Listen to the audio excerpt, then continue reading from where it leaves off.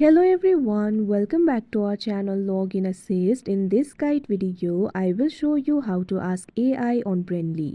So first of all, what you have to do is launch open Brainly application.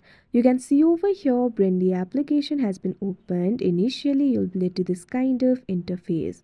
Make sure you're logged into your account. So if you want to ask the AI, what you have to do is simply look at bottom. You'll be able to find the options like search, notes, home, community and profile over here. Tap on the search option that you can see at the bottom left corner of your screen. Now once you do that, you'll be able to click the photo of your problem. Also, you'll be able to type in your question if you want. At bottom, you'll be able to find two options: search, ask AI. Tap on this option, ask AI, that you can see on the screen.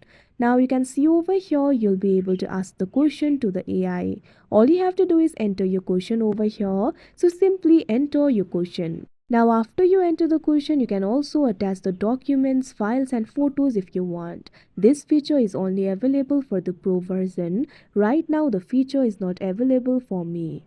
After you enter the question, tap on the send button that you can see on the screen.